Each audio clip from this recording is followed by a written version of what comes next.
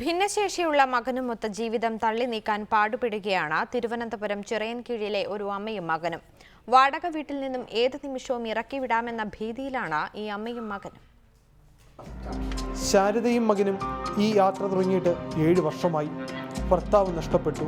ജീവിതത്തിൽ താങ്ങാവേണ്ട 2 ആൺമക്കളും വാഹനാപകടത്തിൽ മരിച്ചു. മാനസിക മാന്ദ്യമുള്ള ഈ മകനെയും കൂട്ടി ശാരദ മുട്ടാത്ത വാതിലുകളില്ല. ആകെയുണ്ടായിരുന്ന വീടും സ്ഥലവും ബാങ്കുകാർ ജപ്തി ചെയ്തു.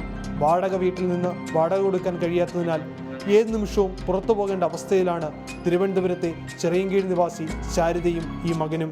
വീട്ടിനുള്ള ഒരു സഹായം എനിക്ക് കിട്ടണം. അത് കിട്ടുമെങ്കിൽ എനിക്ക് ജീവിതം സുരക്ഷിതമാവും. അതിന് മാത്രമാണ് ഇപ്പോൾ ഞാൻ ഇത്രയെങ്കിലും ജീവിച്ചിങ്ങനെ നടക്കുന്നത്. എൻ്റെ ഈ മോനെ എവിടെയെങ്കിലും ഒരു കരയ്ക്ക് കൊണ്ട് എനിക്ക് ആക്കണം. ആകെയുണ്ടായിരുന്ന വിധവാ പെൻഷനും 10 മാസമായി മുടങ്ങി. കളക്ടറെ കണ്ട് പരാതി ബോധിപ്പിച്ചതിനാൽ 10 മാസമായി മുടങ്ങിക്കിടന്ന വിധവാ പെൻഷനും ഉടൻ തന്നെ ലഭ്യമാക്കാൻ ജില്ലാ കളക്ടർ ഉറപ്പു നൽകി. അപ്പോൾ ഇതുവരെയാണെന്നുണ്ടെങ്കിൽ ഇതിൻ്റെ പെൻഷനാണെന്നുണ്ടെങ്കിൽ കൊടുക്കണം, മെൻ്റലി ചലഞ്ച്ഡ് ആയിട്ടുള്ളതിൻ്റെ കൊടുക്കണം, അതിൻ്റെ ഗാർഡിയനായിട്ടും അപ്പോയിൻറ്റ് ചെയ്യണം. NFBSന്റെ പദ്ധതിയിൽ ഉൾപ്പെടുത്തി 20,000 രൂപ അടിയന്തര സഹായം നൽകുവാനും കളക്ടർ തീരുമാനമെടുത്തു. അപ്പോഴും വീടെന്ന സ്വപ്നം ഇവർക്ക് മുന്നിൽ ബാക്കിയാകുന്നു. തിരുവനന്തപുരത്തു നിന്നും cameraman MG മഞ്ജുഷിനൊപ്പം R. Arunraj, reporter.